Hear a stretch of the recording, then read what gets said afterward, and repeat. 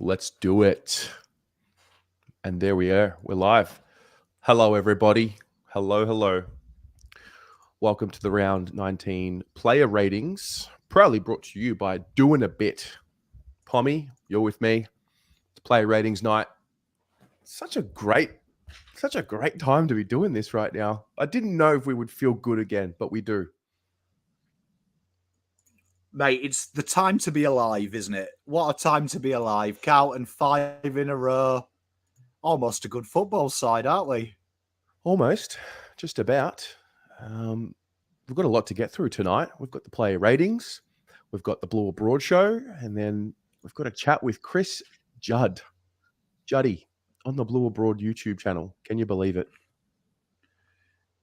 I'll tell you what, the guests have gone better, haven't they? I mean, we had Matty Owies, first guest. Yeah, Owies, Was Dow. he not? Dow, where's Paddy Dow? And finishing up with Judd. Yeah, no, it's good. Bringing in the big dogs. And Juddy was the last player that I ever really simped over. So looking forward to that. But I digress. Tonight is all about the player ratings. And let me tell you, ladies and gentlemen, if you thought last week the ratings were out of control, which they weren't, but I don't know if anyone actually thought they were out of control, but tonight the ratings are out of control. So I'm looking forward to it. Good evening to all of you here. IBO, the fan cams are there, mate. The link is there. It works. Just had a bit of a technical issue. And anyway, we've got a lot to get through. So if you're new to the player ratings, what we do is we use data, we use formulas, we use an algorithm to compare each performance against those other players in the competition in the same position. And we get a score that spits out a number between 0 and 10. 10 is the highest. 10 is, you're never going to see it, although we did see it last week. So what we'll do is I'll read out the players as they were named into the side.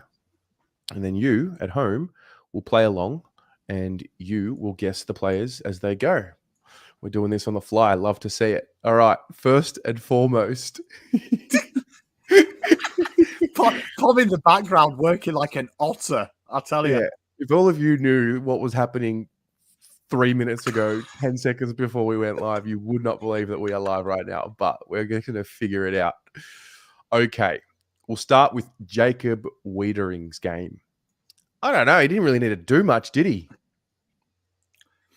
He didn't really. It was fairly easy if you're Mr. Jacob Wietering, wasn't. Let's be honest. He wasn't really troubled. But then again, we say he didn't have to do much, but at the end of the day, he didn't get beat, did he? And people I think people understate it. When you play a bad side, it's very easy to switch off. And I actually would say defending in that game where Carlton was so superior is probably harder to do than when you're constantly being peppered, because you've got to switch on. Do you know what I mean? Like sometimes he had to switch on and then not do anything for the rest of the day. So very solid game though. Wasn't beaten. 100% one-on-ones again. The guy's an animal, let's be honest. Yeah, he was. So chat, those of you in the chat, have a guess of the score. Let's have a look. 8.5. Very good. That's a very good score. Anything above a 6.5 is a solid score. Anything above an 8 is a very good score. So we like that. Adam Sardi's next. Sardi, he had a bit of a... Well, he coming into the game, he was a bit sore. I remember he hurt his ankle the week before against Port, and we weren't sure if he was going to get up to play, but he played. He did his thing, got his 500 plus meters gained. It was a good option for us, particularly early. He was quite switched on, and they were looking for him as well. I liked his game. I think the big turnaround for Cowan has been understated. It's been, we talked about it 6 weeks ago. Cowan set up to not lose. Yeah. And it's no surprise that now they're playing to win. Sardi is starting to stand out because I think Sardi is Mr. I win games. Showcasing his running power, 500 meters gained is ridiculous. Defensively, again, very strong. That back half movement is insane from the Blues. Ranked number 1 in the comp for scores on transition, turnover scores, and clearance and stoppage. And Sad's been a big part of our backline being a defensive beast to now hitting you when you're the most vulnerable. So, solid player. Yep, very solid. How'd he go? 8. Very good. I'm looking forward if your to seeing what... halfbacks are knocking out 8, Flagville, baby. Yeah, I'm looking forward to seeing the total picture, the end result, what it looks like. Mitch McGovern is next. I think he's found, in the last 2 weeks in particular, some, like, a different level of defensive application. Since missing Young, well, we say we're missing Young, he's still there, but since Young's not a feature of the back line, massive change arounds. Kempy and McGovern taking it in turns to be the key defender at times. And we're starting to see a more defined who's taking that role, which I think is really impressive. And it looks like McGovern is being given more defensive responsibility, and none other than our shaved-headed superstar Kemp is taking the more aggressive role. And Mitch is doing what Mitch does. He's doing very well one-on-one. This week was no exception. I'm really liking Mr. Mitch. I'm really liking this form he's building in. Incidentally, though, the only player on the Carlton list to lose a one-on-one this week. Interesting. Alicia, thanks for having my back there. I forgot which show we were on for a moment. So yes, this is a West Coast background. You can see I'm looking too far ahead already. The only player to lose a defensive one-on-one. Okay, let's have a look. How did he go? How did Mitch McGovern go? Very good. I think this is where AFL ratings as well crucified Mitch McGovern for losing that rating, because they offset it if you played someone shit. So he lost one-on-one and got absolutely creamed in the AFL ratings. Very stiff if you lose one. It's harsh. I don't want to talk too soon. By the way, Nick Newman is next, guys. So have your guesses ready for that. And I'll say one more thing on McGovern. Don't want to talk too early, but I think some credit is due for his ability to stay on the park this season. So whatever preparation has been going into his year, it's good to be saying, hey, we've had Mitch out on the season more than what we haven't. So long may it continue. There we are. There's Terry's. There we go. There it is. There's Terry's swiping pot shot. Well done. You're on the park. You're only paid to do it. Well done. Yep. Nick Newman is next. I think he had I don't know what his score will say, but I thought his game was very underrated. I thought he was brilliant. I mean, they were all brilliant, but I'm loving what he's been doing. Just a small shout out to Zainab. I can assure you Zainab does not get tip-offs on the results. She's just another level good. She's another level good. Inside my head. Newman. Almost boring to talk about Nick Newman, to be honest. The guy is been easily our best player. Most improved on output. New role, playing higher up the ground. Again, leading the way in pressure acts in the back half of the ground for the defenders. He's hard. He's wily. Good and honest. We like Nick Newman. There's nothing you can hate about Nick Newman. No, not at all. Not the way he's playing. Nick, 7.5. Very honest game. Alex Cincotta is next. I liked his game. There was a changing of the guard almost with the love for him. He was a recipient of the tackle made by Petrevsky Seaton. Threw his head into the turf, got the 2-week suspension. There'll be an uproar about that at 8 p.m., let me tell you that, but 7 p.m., I should say. Cincotta.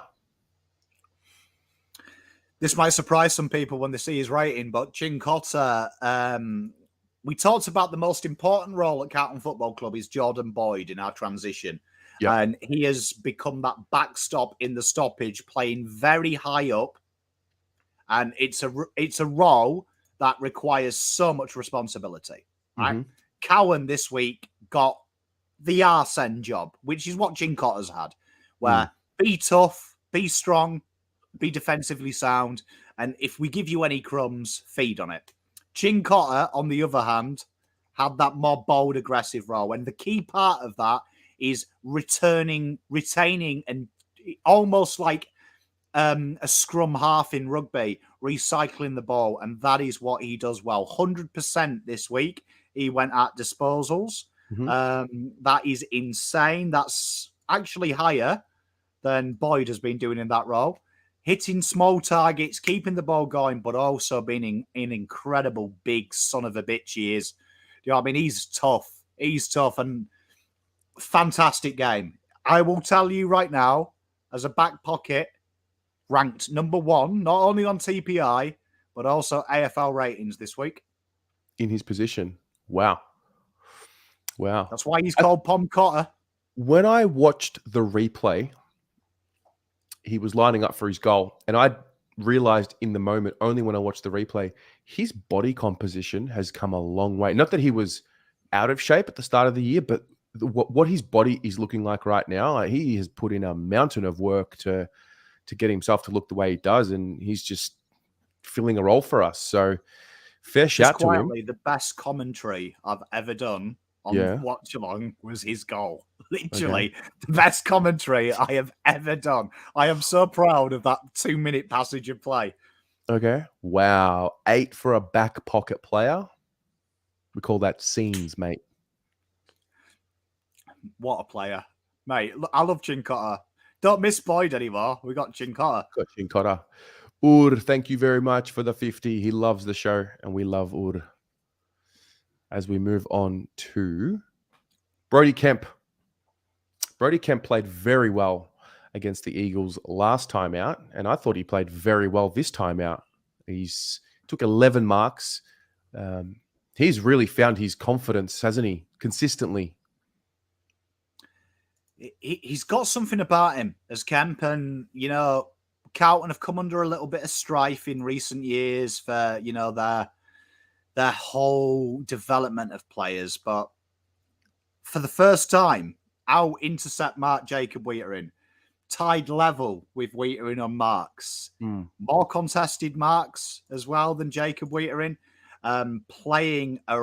Having 2 one-on-ones this week, the same as Wheatering, and also having the same result as Wheatering. Didn't lose once. Kemp's starting to get that responsibility, and he's really feeding on it.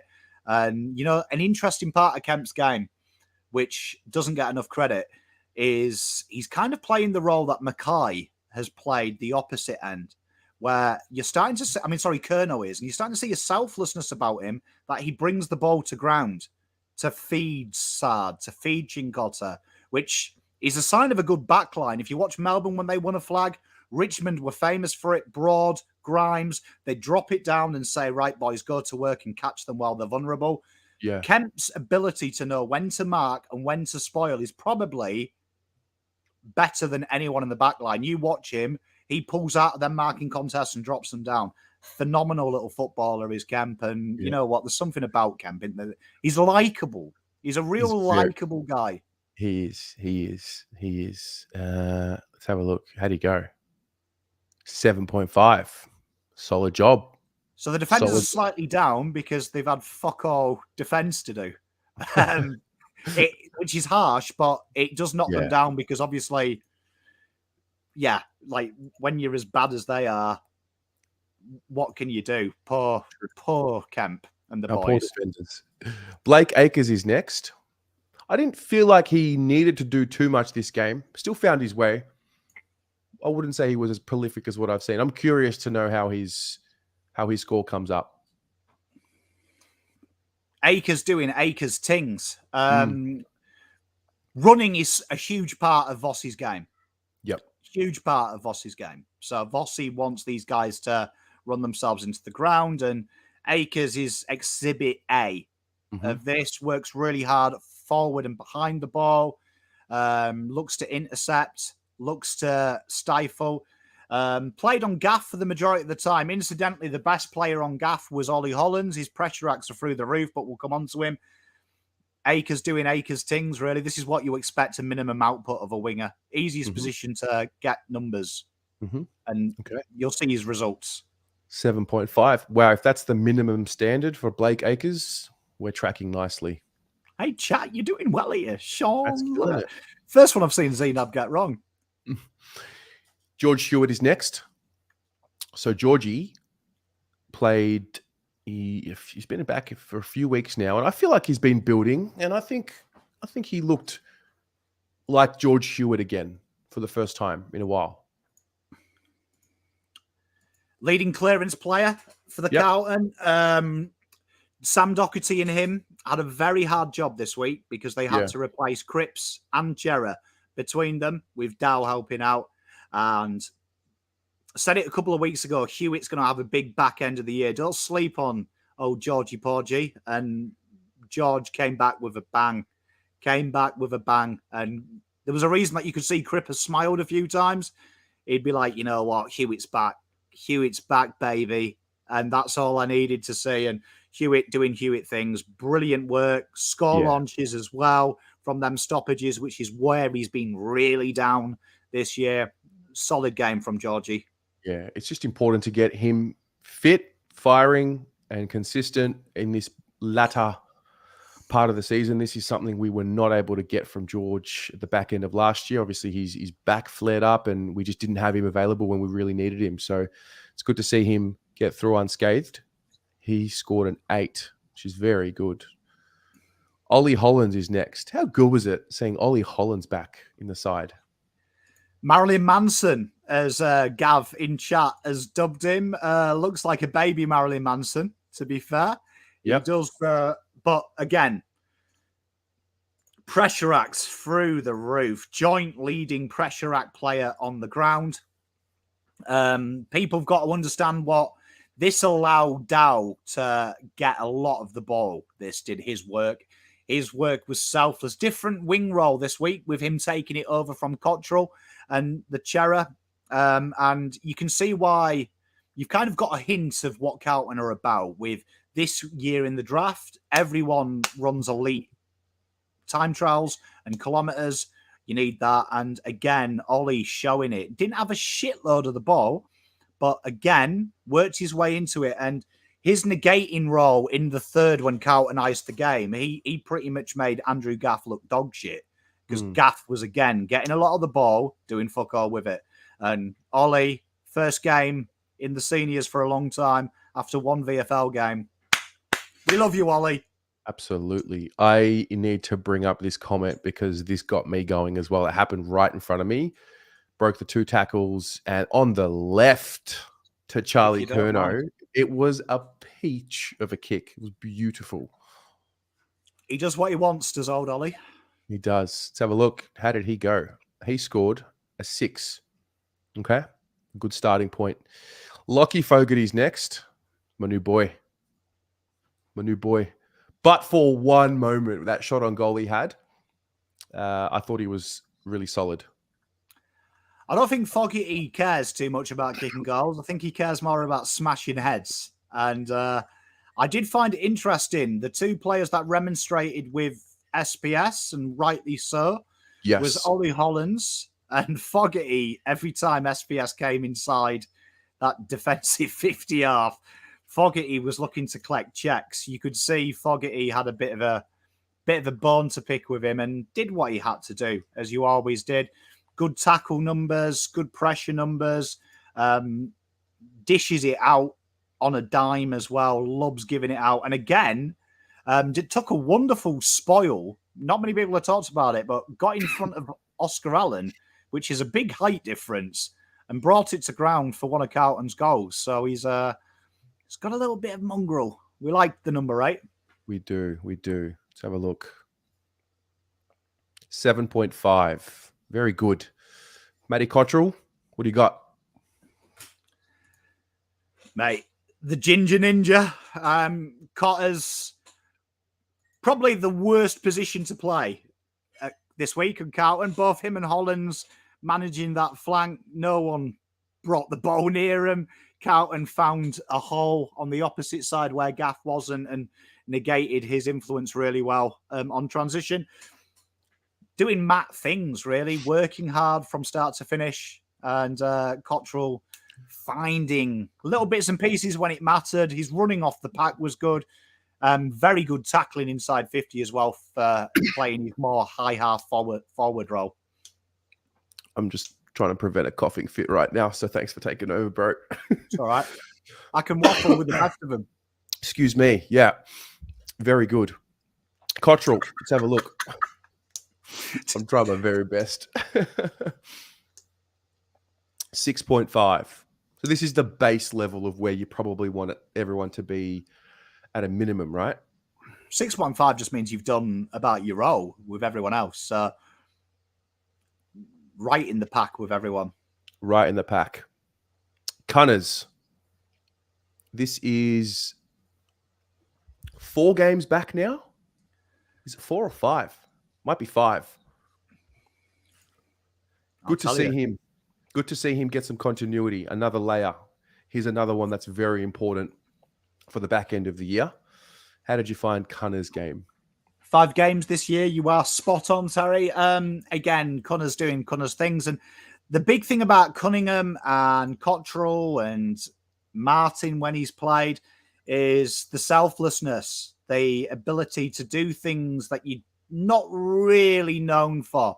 Again, top 3 in the side for pressure acts. This is a new part of David Cunningham's game, his defensive responsibility. We're starting to see a maturity in some of our wow players like Charlie Curnow, like David Cunningham, that are willing to get their hands dirty. And Connor's touch of class. And what I'm really impressed with, like Kemp, starting to have learned, he's been out for a long time, but starting to realise when I press the button and when I don't have to. And it's nice to see that he doesn't force the inside 50s. Those who did the watch along, we picked on Fogerty. He forced an entry. We said, they're the things we need to iron out when we play a good team. You don't have to force it. Just let it happen. Cunners never forces it. He just looks for that pass and he'll make that play, but he's happy to go backwards or sideways. Yeah. Solid game from Cunners. Solid game. He keeps it simple. That's what I love about his game. Keeps it simple and always uses the first option. 7. These are good numbers, Pom. These are good numbers. Pretty good, eh? The boys have done well. We're 2 away from Charlie Curnow. I can't wait. Jesse Motlop is next. Jesse continued on from last week. Unfortunately, hurt himself. I can see some injury updates in the chat, so we'll get to them shortly as we get to Walsh and Silvagni and the rest. But yeah, disappointing for Jesse to get the calf injury when he did. He looked like he was really starting to hit that scoreboard with vigor. It was an enjoyable role watching Jotlop, as I like to call him. 2 goals, took them well, laid one off as well. Got involved a little bit. Could have been a really good game. I mean, it looked like we could see another game we had last week from him. You know, it felt like this could be a 4 or 5 game. Way down on his defensive numbers, but again, offensively for the time played, he was really good. And the makeup of that forward line, I don't care if he has 0 tackles inside 50. The other guys are making up for it. Fogerty, basically, we've got that happy medium. Fog and Motlop, one's aggressiveness is in goal scoring. The other one is the tackles. And you can see they've got a bit of synergy. When he kicked the first goal, Fog was the first one up to him and ruffled his cheeks a little bit. So he's starting to get that Poppy-Cyril combination where Poppy prided himself on the tackles that Cyril didn't make. Yeah. He's coming along very well. Let's have a look. 6.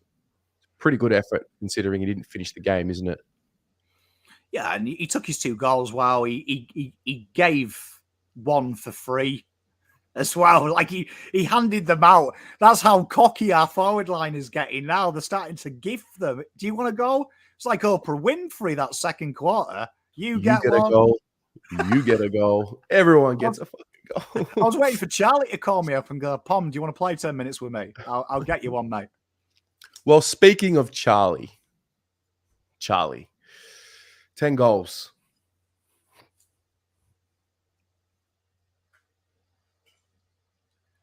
Well, I mean, let's just end the conversation now. People get excited about Jeremy Cameron. He's got 2 fucking first names. I mean, defensively lax. Do you ever see... I mean, let's be honest, who's better looking? Charlie or Jeremy? Only one answer. Charlie, as textbook as a forward as you can get. Textbook as a forward as you can get. And we've got a first in this today, but it's not Charlie. But Charlie is part of that first. And it's no surprise. Charlie Curnow got a perfect 10. Like, when you kick 10 goals, you have to do something really bad. But he absolutely bathed Oscar Allen. Like, Oscar Allen is waking up in the middle of the night just screaming Charlie like I do. And, got marked for every goal he kicked and every time Terry's coughed on mute. Crazy. What's stopping? Okay. Ben Leonard, $8. Pommy, once Charlie's votes come up, you've got to give us the Charlie chant with the updated I'll ride your bike version. Oh, boy. Oh, fuck. Yeah, there was a few complaints about evidently it's not kid-friendly, so we changed the song to Oh, Charlie Curnow, you are the love of my life, oh, Charlie Curnow. I'll let you ride my bike, oh, Charlie Curnow. I want curly hair too. We love you, Charlie. If you're watching... My favourite. We made it a little bit more kid-friendly. I like it. Fuck it. stays as it always is. We'll do it once and that's it. Fair. All right. Jack Silvagni. This is a tough one. I can see some comments in here that they've got some news on Jack. I haven't read it. We'll go through it at 7 p.m. But, man, he was looking good before he got injured. Again, JSOS really embracing that role. It was very JSOS playing that full forward role and kicked ass. Really presented well, allowed Curnow. A couple of them goals, if you go back and watch them, are Charlie's Jack's hard work. Yeah. A hard work of getting out of the way and taking people with you. So solid game. Shame he got hurt because I think it could have probably been a game where he put his name forward for that personal role that is locked down. So again, supreme. The ruck contest where he grabbed it, did like this little spin move and kicked his goal. Oh. Well, my God. And he gets a 7. Wow. So how did this come about? How did it equate to a 7? So obviously we did what we always do. We time managed for the rest of the game. So that's why Motlop didn't get anything, because obviously if the game had gone on and he didn't get any defensive work in the forward half, that's pretty bad. But again, 3 score launches from his ruck contest. That's above AFR average for a good ruckman. Pressure acts were strong. His ability around the ground as well in the time he played was going on for a very good game as well. So pretty well covered around the ground. What you'd expect from Jack. Yep. Jack. TDK. Isn't he building some form? Starting to really impose himself on physically. Opposition.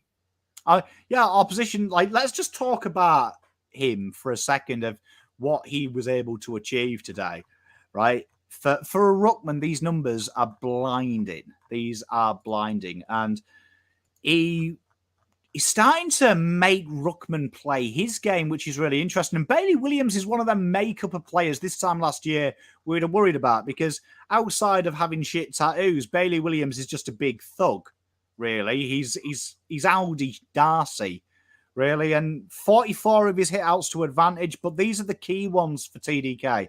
5 ground ball gets, 6 marks, 5 tackles.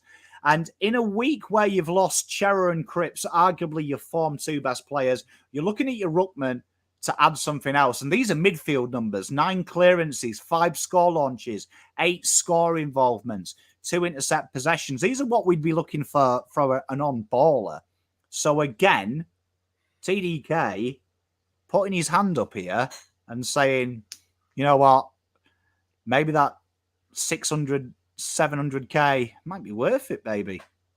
Well, it definitely looks like the start of the next layer for him. And that's exciting for all of us involved. Hopefully we're still talking about him next year in the navy blue. He scored an 8.5. From memory, this might be the highest score he's had under this system. By a long way. I way. actually did think it was the best game I've seen him play as a ruckman.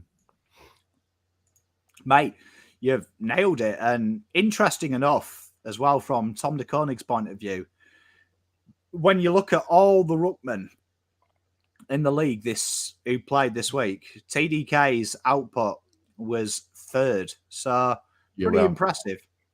There was a moment, I think it was in the second half, where he covered for our defenders and he punched the ball over the line. And I remember the moment and thinking, oh, wow, I don't remember Tom owning the ground like that too often. So those are good signs. And, more importantly, we've got to see it this week and we've got to see it for the next 5. Sam Docherty is next. A very underrated game by Doc, if I may say, Pommy.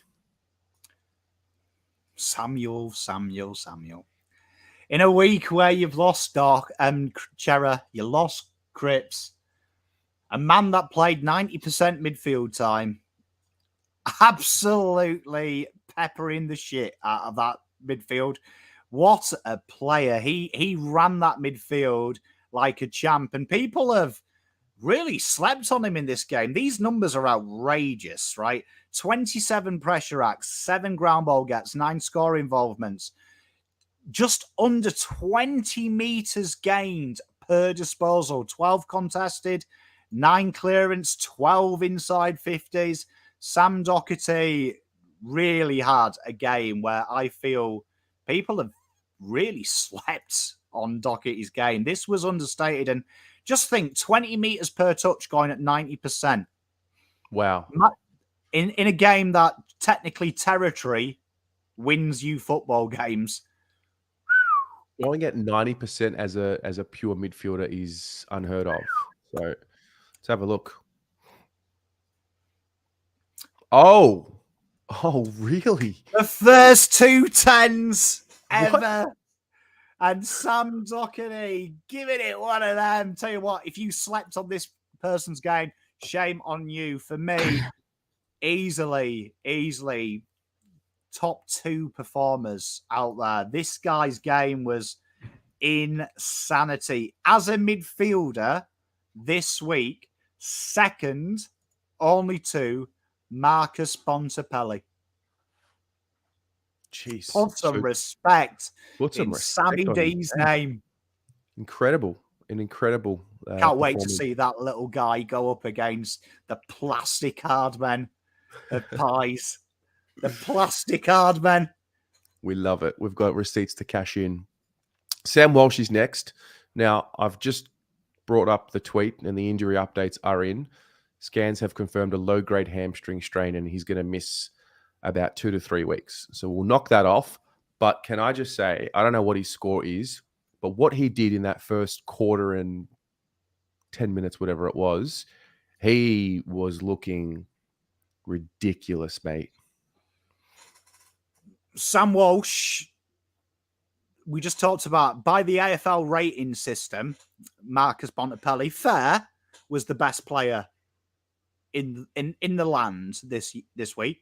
Right. As a midfielder. Sam Walsh would have outscored him by 6.4 on the AFL rating if he'd played 4 quarters like that.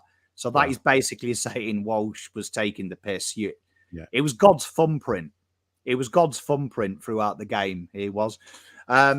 It's stiff. It's stiff that he didn't get to finish his hard work because that was probably up there with one of the best first quarters we've seen. If you just take a sole quarter, that's probably the best 1 quarter for, 10 years? Yeah. Yeah, no, he was But it was coming. He was building, and I think that's the frustrating thing for him as well, because he was building nicely, and now he has to do some rehab for a couple of weeks, get back in the side, and be there at the pointy end for the last few games. So maybe it's a blessing in disguise to get him a little bit of rest, manage those hammies, and then we'll see how we go. So in a quarter, 45 minutes, whatever he played, let's have a look. 7. It's ridiculous, mate.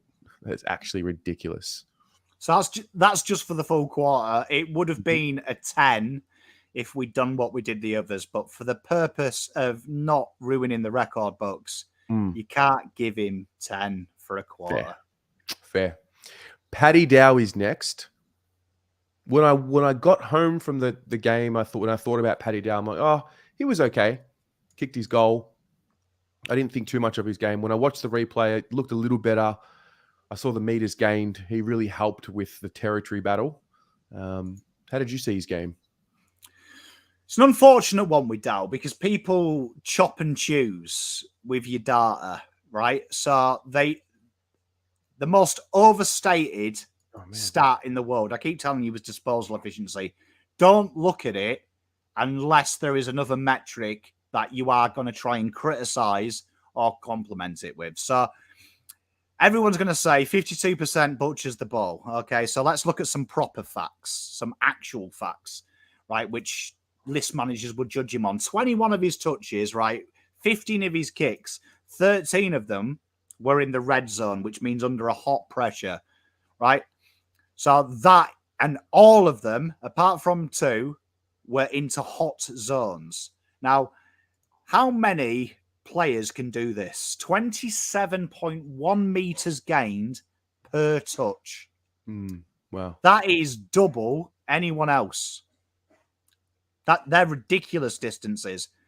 Ridiculous distances. His numbers throughout, although not brilliant, he had to play a role that required the team effort. 11 contested possessions, 6 score involvements, 6 hard ground ball gets, 7 clearances, 14 pressure acts, 8 inside 50s.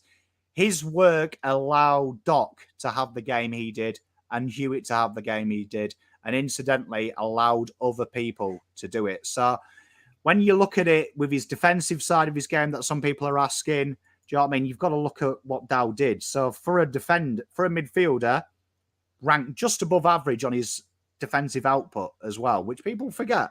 So it's really easy to slate him, but in the system, good performance. Very good performance from him. Let's have a look. 7. Love to see it. But you'd imagine Cherry comes in and takes his job, and I'd imagine that they'll go with Ed Curnow. Yes. That's going to be a fascinating... But you know what? People slate him. Let's just put it this way. He had to do a very hard job. Someone had to take Doc's role, right? When he goes to the midfield and give them distance. So a real great effort that Cherry wasn't there. Because tell you what, at the start of the game, if you said Dow was playing Cherry's role, you'd be like, fuck.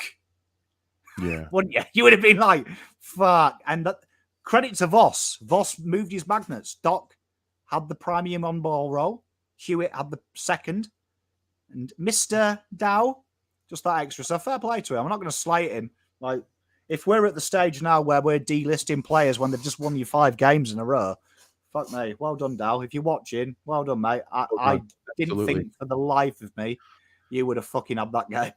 Yeah, fair. Well, we touched on Lockie Cowan playing that role. Let's have a chat about Lockie Cowan. First game back in the side, in that back pocket role. To be fair, didn't see a lot of it. Didn't like the ball just wasn't in his zone a lot. How did you look at his game? Very similar numbers to what Cincotta does when he's in the back line. So was playing a role where basically his opposite man had pretty much died. I'm not even too sure he even played. But he never got the ball. So wasn't much effort for him there. But again, 4 tackles, 2 of them which were a complete turnover for Carlton, which is good. About average for his pressure acts. It's it's a game, like we say, for a back pocket playing that Boyd Cincotta role. You notice his tough man stats, which is what he was doing. But again, did his job. Did his job at the end of the day. All right. Let's have a look. Where's he at? Lockie Cowan, 5.5. Ed Curnow is next. I had a moment with Ed Curnow as I was watching him during the game, and it got me to realize he's probably not going to play on next year. And if he's not, what a waste of time it is to slate someone like Ed Curnow, who's given us the service that he has over his whole career.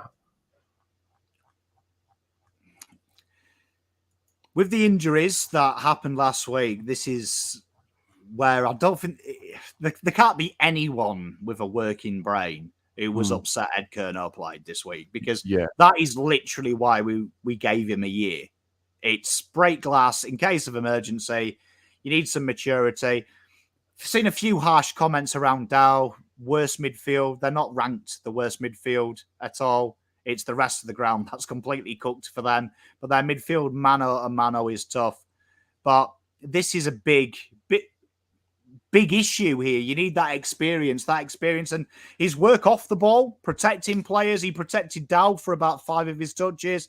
Selfless running patterns. Yeah. But at the end of the day, he's not going to win you a game. And Ed Curnow is an old man in AFL terms.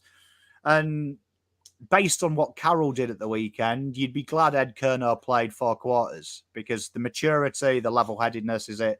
Was it a great game? No. It was the Eagles, though. You could have played the chat. Yeah. I think seeing him and Charlie together, I think it also just, I spent a lot of the game reflecting more than what I did trying to analyze what was happening, because the game was over pretty early. And I came to this reminder to myself, like, man, Ed's been around for a while and he was a rookie.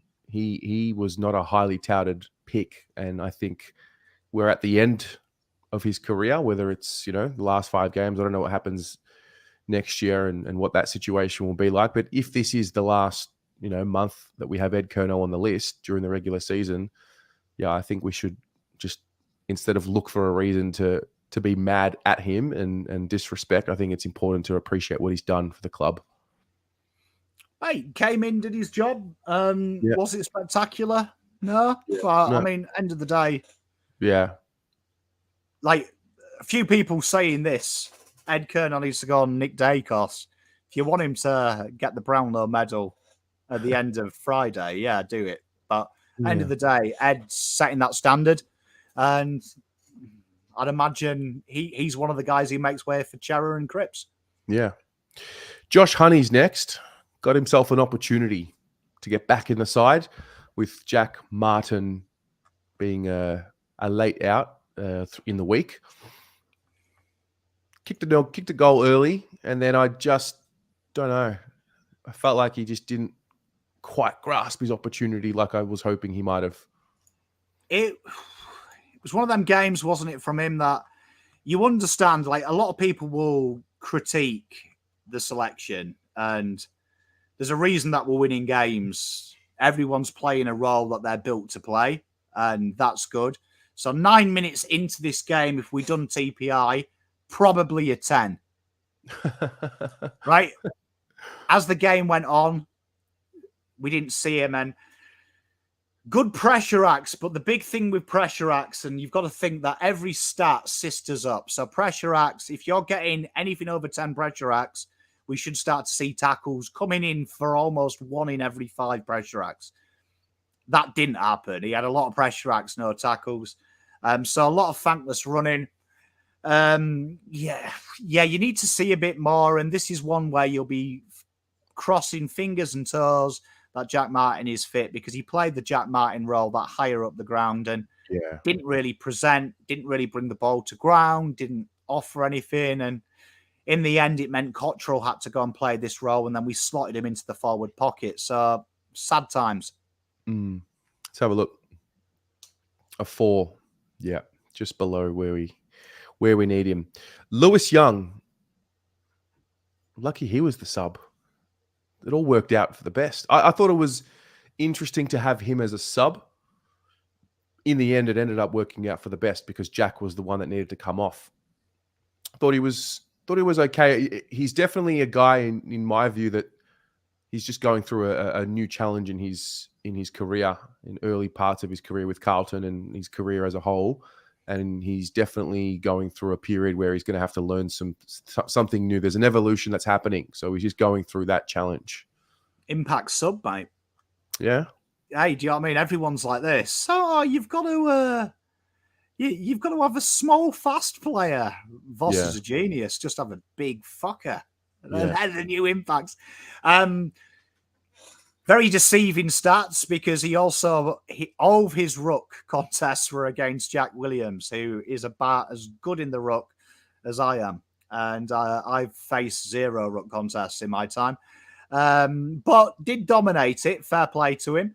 Around the ground, though, some concerns, it has to be said. When he came into the backline, unlike TDK, who played the little role in the backline when he was rucking, he got in the way of Jacob Wheaton. And then he went forward and will be on the coach's votes for Eagles because he was the only person to shepherd Curnow twice. Oh, mate, when he ran into which is Curnow. impressive. Which is impressive, to be fair, because no other fucker could get near him. So there it is. It was a poor game, though. And what worries me about Lewis is he's definitely a confidence player. Yeah. And you can see that confidence has been totally disjointed because he's not in the team anymore. I can't believe some people who get paid money. Let this sink in, chat. There is people out there collecting a paycheck right now to write articles that Lewis Young should replace Harry Mackay. Let that fucking sink in. They get paid for that opinion. Paid, baby. Paid. I didn't realize that he had ran into Charlie at the game, the way he did it. It wasn't until I watched the replay and I'm like, Lewis, what are you doing, man? Not his best moment. I would never have forgiven him if Charlie didn't kick 10. I would have never forgiven him. But well done, Young, because he stopped Charlie Curnow in full flight. Not many people can say that. Scored a 5, and that'll do it. So let's have a look.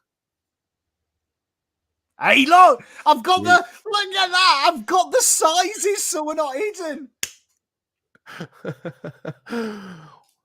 Wow, that is wild. I don't know if we'll see that often. That is wild. Very, very good, to be fair. Very, very good. Solid across the board. Great teamwork, team effort. And again, another week. This is, I think this, no one's talking about this. This is a week where traditionally when Carlton have played shit sides, we have 3 guys on 40 touches. Look at the amount of over 18 touches is considered a good game in the AFL if you take it across as an offensive team. Just about everyone's hit them targets, apart from the guys, obviously. I mean, fair play to them. All-round effort. And you know what impressed me the most? We'll talk about it next year. But second half, Carlton totally took the steam out of that game. They needed 80 points in that second half to usurp Geelong. And with the injuries that had happened by halftime, would have been suicidal. But the fact that they played keep off, the numbers of Eagles are catastrophic that second half, worse than the first half. And Carlton managed to put it on whenever they kicked a goal. Real great practice for playing a good side, that, because they retained the ball in safe areas, not dangerous areas as well. So, well played. Well played, boys. Very good. All right. That's the ratings. That was fun. Thanks, everybody, for tuning in.